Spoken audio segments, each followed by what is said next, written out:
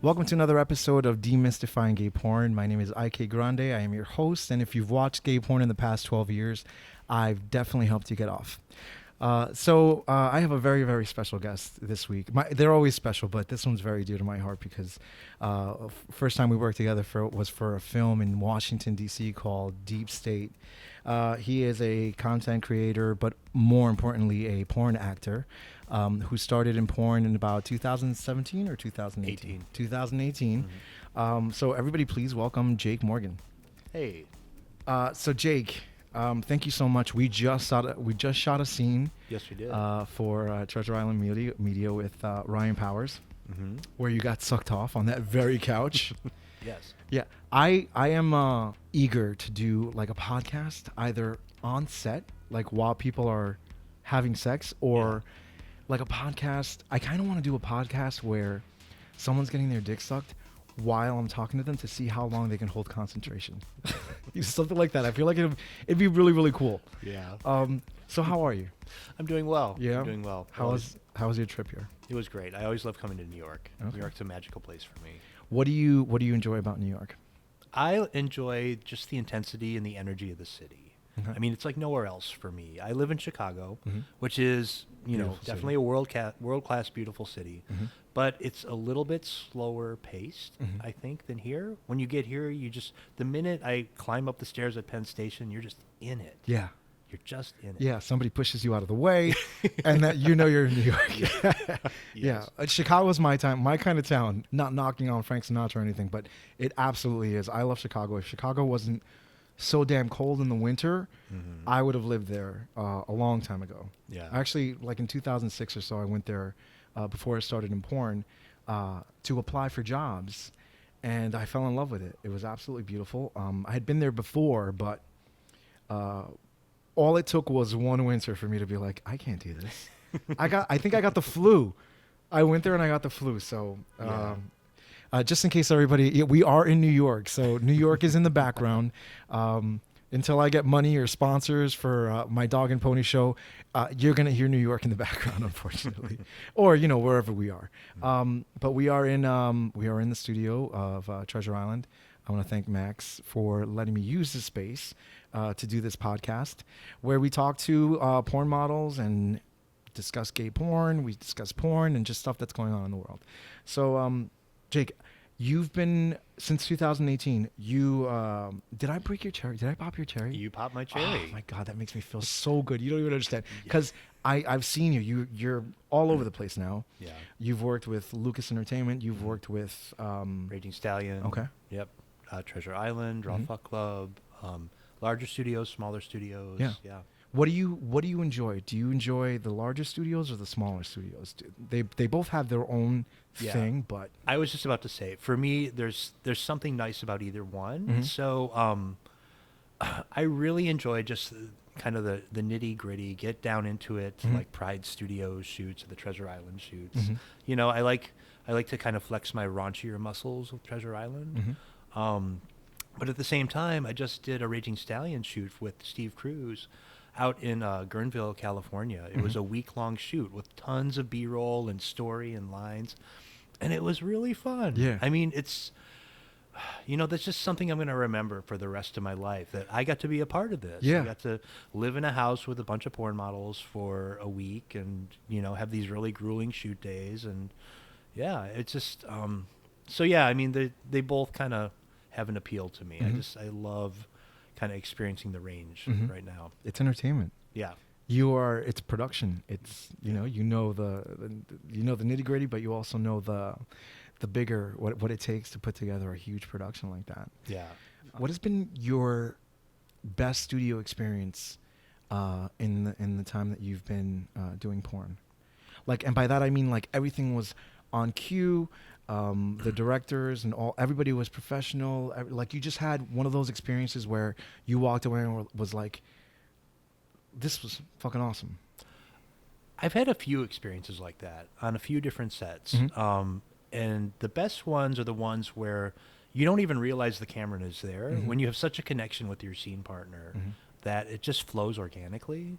The director has to say maybe two words. It just, Mhm. you just, Mhm. when this beautiful scene unravels in front of, the camera's eyes. Yeah. It's not always that way. I mean, in fact, it's kind of a rare instance, but I love when that happens. It's kind of really exciting. Yeah. So, yeah. Have you had any bad experiences so far?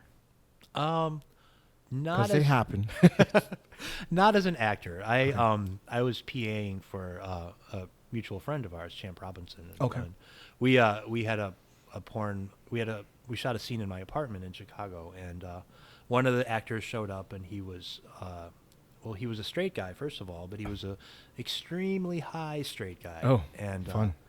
it just his behavior was erratic. He couldn't get hard. He was treating the beautiful bottom model he was working with like absolute shit. It was just really, I couldn't wait for that scene to be over and to get this guy out of my house. But that's one time. That's like one time I've had a terrible experience like that.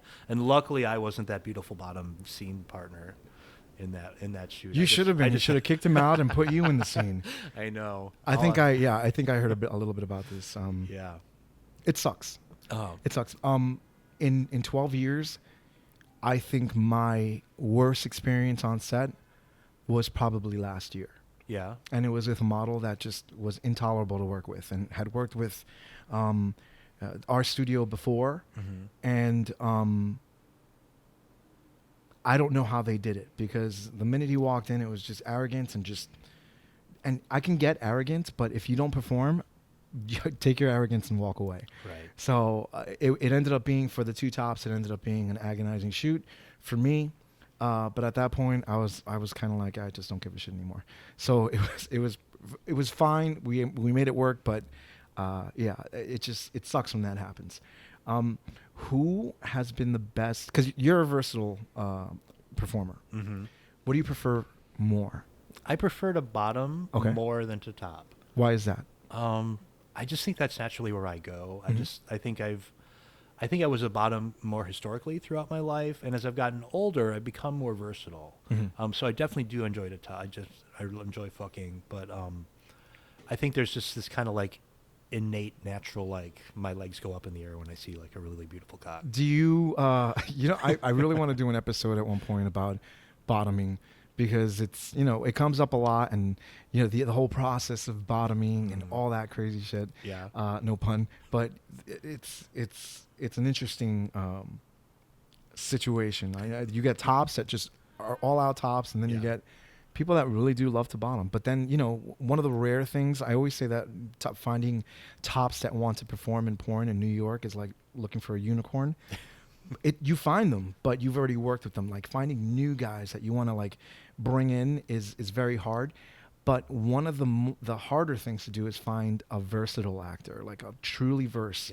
Because a lot of times you'll get, oh yeah, well I'm versed, and then they get on set and they can't really get hard, or they don't bring it. Yeah. All right, so you enjoy bottoming. Yeah. And flipping. I love flipping. I do. Who has been your favorite top so far? My favorite top that you can think off the top of your head. Like, I mean, I'm sure you've had a good amount of them, but one of them that sticks out to you that's like, wow, that was an awesome scene. Well, there's an actor named Jack Dixon who lives in San Francisco, and I did a one-on-one scene with him in New Orleans last year. And that was one of those scenes I was kind of talking about earlier, where just everything just organically flowed. Nick Moretti was the director for that one, and he I don't think he said a word. I think he just let us go, and this whole beautiful scene unraveled, and it ended up being like on Hot Older Males, like it was for Pantheon. Ended up being like one of their #1 scenes for a long time. Sweet. It was kind of like, wow, that's cool. Yeah. So yeah, there was kind of good chemistry with him. Okay. So who's been your favorite bottom? Favorite bottom. Let's see. I have to think a little harder about this one. You've had plenty. I've had plenty. There's a guy named Franco Nunez. Okay. Who lives in L.A. And I shot for it was Cutler's Den. Okay. And I shot for out there in L.A. for that, and I wasn't sure. I'd never met him. I couldn't really find him online, and then when I showed up to the set, he was this beautiful Latino boy, and he just spread his ass wide for me. Hey, well, how'd you come up with your porn name? That was interesting. So I was sitting on the beach with my boyfriend at the time, and I actually was an escort before I was porn actor, and so I was getting my Rent Men profile ready to go, and so we were sitting there trying to decide on what kind of a name sounded good for Mhm. for an escort, and I always thought Jake was a really sexy name. I knew I wanted to be a Jake, Mhm. and then it was just a matter of like finding a last name that didn't sound like too like hackneyed porn star, Yeah. but also still was kind of hot. So um, we ended up going through my Facebook friends and looking at their last names, and then I found this really hot daddy that lives in San Francisco that I Mhm. had played with a while ago, and his last name was Morgan. So I thought, oh, that's what I want to be. I'm going to be Jake Morgan. Jake Morgan. There So you that's, go. that's how we came up with If that. you had come up with your porn name through your first pet and the street you grew up on, what would your porn name be? Penny Hennepin. Penny. Yeah. Penny what? Penny Hennepin. Penny Hennepin. Yeah. It does roll though. It does roll. It flows. Yeah. So before you were a porn star, Mm-hmm. before you became an escort, what was life like? Where did you grow up? So I grew up in a really small town in Illinois. Okay. It's called Granville. It's one of those towns where there's no stoplights, there's no McDonald's, there's 1,300 people. You can stand at the four-corner intersection in the middle of town and look in all four directions and see cornfields Wow. that surround the city. So it was very different. Was it fun? Like, was it? Well, it's just very small. Mhm. So there's like one, there's kind of one crowd. You either fit into it or you don't. Okay. I Did didn't- you I did not. did you come out while you were living there, or? Yeah, I mean, I knew I was gay pretty much since I was born, but yeah, I kind of had a difficult coming out in high school. I finally started announcing it senior year, like the last semester of senior year. But yeah, I mean, it was a struggle. I mean, there were no gay role models. It was Mhm. 1990, 1989. There was RuPaul is probably who you. I didn't even have that. Yeah, I mean, yeah. I was, we don't get the media you get in the city out there. It's Oh, wow, It's okay. just a little, and RuPaul wasn't really she was barely a thing then. Yeah. Well, So, '93, I think, was Supermodel or. something like that. Yeah. Yeah. So, Huh. so yeah, I mean, I definitely had no masculine role models as gay men. I only saw what was portrayed on TV, and they were usually very effeminate, and which is fine. Be what you want to be in these days. But it was very confusing to me Yeah. because I thought, well, I didn't really identify with that, Yeah. and so I just didn't really know what I was. Well, I can agree with you there. I think growing up with gay people in TV or on television, Mhm. you had Hollywood from Mannequin, right? Yeah. Mhm. And I'm trying to think of all the role models, not role models, but the characters that you would. It was always like a character. Yeah. And you're absolutely right. It's funny because my friend and I once were talking about Hollywood because I loved Mannequin so much. Yeah. But we laughed about it, and then he's like, "That's what our mothers thought we were when we were young and we were different." Exactly. Exactly. Did you have your first experience in that town? Like what? Yeah. Eventually, there was this one other kid in my high school, and we kind of like, we ended up like in the last part of senior year, we ended up fooling around. But Mhm. it was a very strange kind of. It just was very. I don't think he could really connect with it, and I couldn't really. I don't know. It never didn't really happen again. Mhm. So, but then I started meeting other guys in the area. Okay. I started going down to the college town, which was nearby, and kind of meeting guys that way. And so, How long after high school did you went to these college towns? But how long after high school did you leave your hometown? when I went to college, I was 17, going on 18.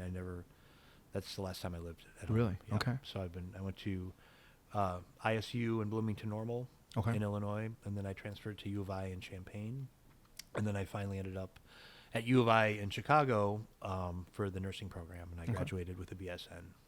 Family, like parents, still in touch with them? Yep. Okay, everyone. so good. Yep. But you just don't live there. Do you visit, don't. or did they leave as well? No, I visit all Okay. the time. Yep. All right. So Yep. all right. So Yeah, you visit. You just don't live there anymore. I don't live there anymore. Okay. Yeah. When you go back, what does it feel like? It's I don't know. I'm always really grateful to get back to the city. Let's put it that way. I love to go out there and see my family and spend time with my family, but when it's time to come back home, it's time to come back home. You get on that horse and you just And there's always this magical moment for me, like, because I live 2 hours out. My family lives 2 hours outside of Chicago. okay. So when I am driving back into the city, like, and I'm like getting through the suburbs, and I get into the city, and then I like get to the end of the expressway where it turns onto Lakeshore Drive, and then all before me is downtown glittering. Yeah. It's just this moment of like, yes, this I'm is why I home. live here. Yeah. Yeah. I'm so ignorant, by the way. I was like, your horse, like you don't have a car out there. Or I just thought it was fun. Barebacking that horse. You know, where it comes from. All kidding aside, one of the things that we had spoken about off camera, off anything that I thought would be really, really good to talk about and to like educate people that wouldn't know is you had struggled with addiction in your life. When exactly did that happen in your life? Were you already in your nursing career? I was actually in nursing school. Okay. So as soon as I moved to Chicago, I was already kind of doing some party drugs. I was doing ecstasy and Special K. It was like 1994. And then I kind of found crystal meth kind of through that progression, and I really took to it. I was in nursing school, dating a Chicago cop. Wow. Yeah, we lived together. We discovered meth together. It didn't take long for it to destroy our relationship. Till I started struggling in school. It took me down kind of quick. I wasn't ready to give it up, though. I mean, for me, there was this thing where all my friends, I was around all these circuit boys who seemed to be able to handle what they were doing. They were professionals. They were lawyers and doctors and whatever. And, they were older than me, but, they would go out and do ecstasy once a month at a party and put it down. And for me, I think in my head, I thought that's what I was doing, but that's not what I was doing. I was doing crystal meth every weekend. And then the weekends got longer, and, the weekend started on Thursday and ended on Tuesday. And then, I was getting one night of sleep a week. And, so I ended up having to go to treatment. But I still wasn't really ready to get sober. I was just doing it to kind of save my ass at the time, save my nursing career. I continued, eventually I did what I needed to do and got graduated and got my license and was an RN for a couple years. But I started using meth again in the time, and I lost my nursing license after 2 years. Wow. So, and that wasn't enough to get me sober. I used for like 6 more years before I finally got arrested. I got arrested because I got caught with 2 pounds of meth. Jeez. I was muling across town for my dealer. And they put me in jail, in Cook County Jail, and no one was going to bond me out because everyone was sick of my ass by that time. And that's kind of when I went through a change. I was looking at what I thought was going to be 12 years of prison time. Oh, jeez. 12 years.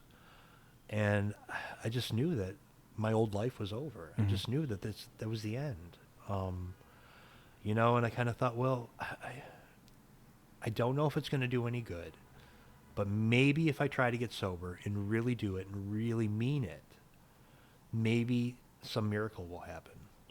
And it kind of did. What, how long was your stay? So I was in Cook County Jail for 6 months. Okay. My parents were not going to pay my bail. They didn't have the money to pay my bail, even if they had wanted to. But after I'd been in jail for about 3 months, I kind of transferred over to the treatment program that was in the jail, and I stayed there for 3 months. And about 2 months into that, my parents were like, all right, we are going to give you one more chance. Don't blow it. And so they bonded me out. And that was my chance. Yeah. And so I was still fighting my case. I knew I was still facing all that prison time, but here I was. Now I was a free man, or at least free for the time being. What did that feel like? Well, it was scary. It was kind of like, all right, well, what do I do? I have 6 months of sobriety under my belt. I now have the freedom to do what I want. I may have to go to prison for 10 years, 12 years. do I use this time? Do I just go get high and say this is my last shot of doing that, or do I really, really try to like live a different life? And I chose the latter option. Mm-hmm. So I just dove into meetings, dove into 12-step recovery stuff, and kind of built a new life for myself. And that 2 months of being on bond turned into 3, and then turned into 4, turned into 6, turned into a year, turned into 2 years. So I was out for 2.5 years. And in this time, sober the whole time, my life just started getting better. I started accumulating money in my checking account, something I'd never had for the 15 years I'd been a drug addict. I started having relationships with friends, and I started going to dinner and going to movies and participating in life. And I really hadn't done that for like all the time I was using drugs. Mm-hmm. My world using drugs consisted of getting high, watching porn, jacking off, having guys come over who I would have sex with for a minute, and then we'd be on our computers or doing whatever. You know, it's very tweaky. Never in the sunlight. It just was not. It just wasn't life. It was just that, and it just felt like I was now re-engaging with life again. So I kept fighting my case, and eventually they came down to a 9-year plea, and I realized they weren't going to go any lower than that. So I took my guilty plea for 9 years, and went to spend 3.5 years in a minimum security prison. Wow. So even after all that, they still Yep. had you, well, 9 years and then 3 on good behavior, or? Well, so in Illinois, when you get a 9-year sentence, you have to serve 4.5 years. And I had already served half a year in county, so they count that off. And then I would have had to serve 4, and then I got an extra 6 months off for good behavior. So, Okay. so I did a total of 3.5 in the Illinois Department of Corrections. A little different than the actual, like a prison, right? No, that's Or- prison. Okay, Yeah. so it was a prison. It was prison, but minimum security. So. Okay. So you got to do stuff, you got to... Yeah. So there wasn't a lot to do. It was very boring, but whatever there was to do in there, I would take advantage of. I participated in meetings in prison. We had Toastmasters. I don't know if you're familiar with what No. that is. Toastmasters is usually business people use it. It's a public speaking club. Okay. It's a club, and it's a program that kind of helps people prepare, and it helps them improve their public speaking ability. Okay. So that was actually just something that's super beneficial for me in prison. So we had that, and then I had a job, and the years flew by. Not as fast as I would have liked them to, but they did. When you finally got out and all of this was behind you, Yeah, what year are we talking now? 2015. So 2015. Okay, so Yeah. this is rather recent. 4 years ago. In my entire life, I've been put in a holding cell for a Yeah. day, and I almost went nuts. Yeah. So when you said, when you said 6 months, I was like, that's a long time. But then, you mentioned the 3.5 years. What did it feel like to finally come out and just be like, that's it. This whole thing is behind me. Because you were on a good path. You Yeah. were. Yeah.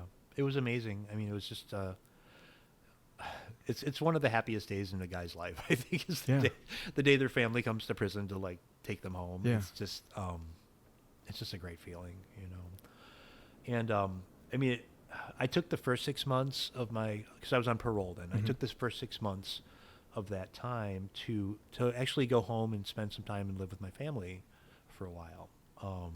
It was nice because I knew that my eventual goal was to go back to the city, but my family and our relationship had been repaired. So now I had this opportunity to kind of live in their world and be a part of their daily life for a while, which I hadn't had since I was growing up. So, it was never meant to be forever, but it was just nice. It was nice to spend some extended time with them. From 2015 to 2018, right? You're sober, you stay sober, you are sober. Being in the industry, or being in an industry that unfortunately does have issues with drugs and issues with partying, and just being, the nightlife is just such a big part of it. Yeah. How is that? How do you feel about that? Well, I mean, I don't really begrudge anybody their personal choices. Certainly not everyone using drugs is a drug addict. Some people handle what they're doing pretty well. Others really don't, but that's really not any of my business. You know, I feel like I'm glad that I kind of got into this industry with so much sobriety under my belt. I think I'm 10 years sober now, so I think I had 8 years before I got into doing this. So that's a lot of time, and it's a lot of, I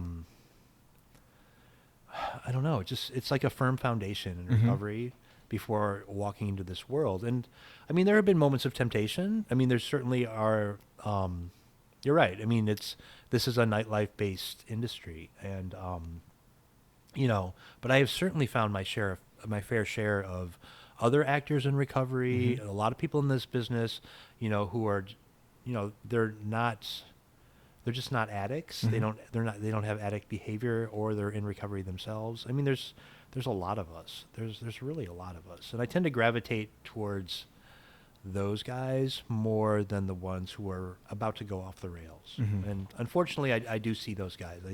I've worked with some guys, and it's kind of like, they're super sweet and they're sexy, but like sometimes it's just like, girl, you know, I hope you can hold this together, because. Do you ever like want to step in and just, or is that not your business? Nope. I just kind of let people know what I'm about, and then they're free to talk to me about it, you know. And I try to like live by example, if that makes any sense. So, but not try to push it in people's faces. You know, it's kind of like, it's not the right choice. What I've chosen for me is not the right choice for everybody, you know, and I respect that. But I just kind of do what I'm doing, and yeah. And if they ask me questions, I'm super honest about it. Cool. So I appreciate you sharing that with me, because that's awesome. It's not awesome, but it's real. Yeah. Or in the best definition of the term awesome, because it does inspire awe. It's like, wow, like you went through that, you've gotten out of it. And you're still here, and you're still doing your thing, and mentioning being in production and enjoying it, and knowing like, wow, like being in the moment and saying, I'm glad that I'm getting to experience this. Yes. Like says so much about everything that you've been through and where you are now. So, I mean, think about how many guys out there want to be doing this and are getting to do this, you know, and I just feel super lucky. Yeah. You know, I mean, it came to me late in life, and I'm kind of glad that it did. And I know it won't last forever, but I'm just really enjoying this ride, really enjoying it. Good. Yeah. I mean, yeah. So I just wanted to say that before we venture into it. You're in New York for a party. This party that you're going to is tonight. It's tonight. Okay. Tonight at 8 to 12, if I'm not mistaken. Yep, 8 to 12. It's called Fornication. Okay. It's a sex party thrown by my good friend Ray Dalton. Sweet. And what's going to happen at this sex party? What happens at sex parties? Well, people will be having sex, and people will be having sex with me. Oh, and, okay. Yes. So if you guys are interested in New York, you can get a chance to have sex with Jake Morgan. Yes, you can. And a couple of other porn stars that are going to be there, right? Killian Knox will be there. Luca Demore will be there, and of course Ray Dalton. Okay. So yeah, it's gonna be a fun time. I have to say that from my time doing this, you have to be one of the sweetest guys that I've ever worked with. So I do. I enjoy having you come on set. I enjoy working with you. And now talking with you. So I have to say, like, you know, if you're a studio head or anybody listening, Jake Morgan is fucking amazing. He's such an awesome guy to work with. Thank you. I always love working with you too. Yeah, it's a lot of fun. I like the way we can bounce off each other. We're going to do a scene tomorrow for my first Treasure Island film, which is going to like glamorize motels and shit like that. So it should be a lot of fun. On that note, I want to thank you very much. I've taken up a good amount of your time. I want you to go out and enjoy New York. Let it invite you. Let somebody spit in your face and push you on the floor. Guys, follow Jake Morgan on Twitter. He has a Just for Fans page as well. If you like our podcast and you like what we're doing here, please click subscribe on YouTube and anywhere you can listen to podcasts now. It's all over Apple, Spotify. It's gaining a crowd, gaining momentum. So that's awesome. It's our first season. And, you know, I'm looking forward to it growing. And I hope that we bring you guys A lot of really, really cool interviews and entertainment. If there are suggestions, by all means, drop a message in my inbox. My email address is out there. And again, you've been listening to Demystifying Gay Porn. My name is IK Grande. And if you've watched porn in the past 12 years, I've definitely helped you get off. Cheers.